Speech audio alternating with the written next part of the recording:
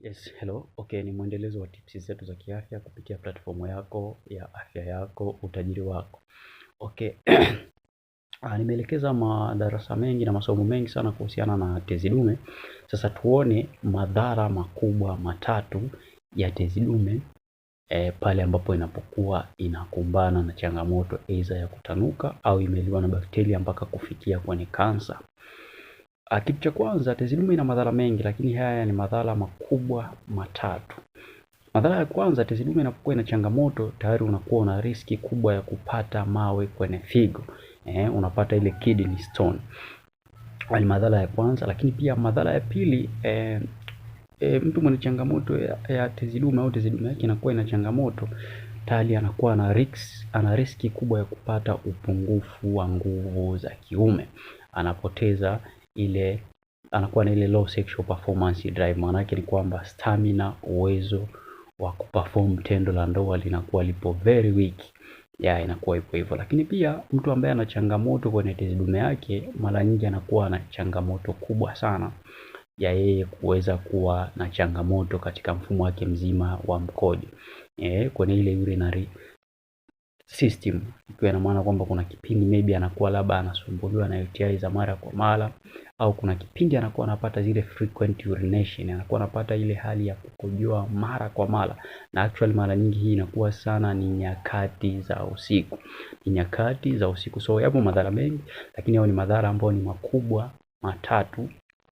Kwamba mtu anapata kidney stone, lakini anapata ile frequent urination, lakini pia anakuwa na low sexual performance drive. Sasa nini ufanye endapo sasa maybe una changamoto ya tezi dume au una viashiria?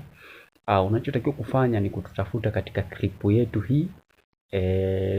Kuna mawasiliano tumekuwekea kwenye clip hii kwa ajili ya kupata elimu stahiki na yenye kujitosheleza kuhusiana na tezi dume, kwamba tezi dume ni nini, vipi visababishi vya tezi dume, ni ipi njia sahihi ya kuweza kutreat au kutibia tezi dume pasipo kufanya surgery, na mwisho wa siku upate positive result ambayo ni nzuri, na uweze kuwa sasa si muhanga tena wa changamoto ya tezi dume maybe ya kudumu au tayari ambayo inaanza kukunyemelea. So not before.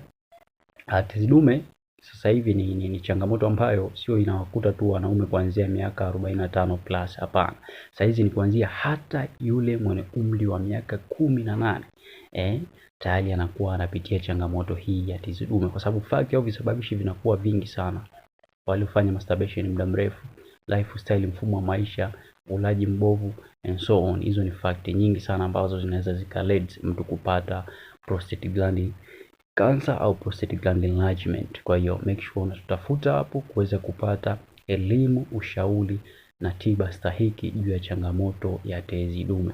Lakini pia katika mfumo wako mzima wa uzazi mwanaume, maybe una changamoto ya hernia ambayo ni ngiri, UTI ambazo zimekuwa chronic, una shida za upungufu wa nguvu za kiume, unafanya masturbation muda mrefu lakini unashindwa namna ya kuacha, una struggle sana. So make sure unatafuta tuweze kukusaidia namna sahihi ya kufanya na kuachana na hiyo kitu na kuepukana nayo kabisa.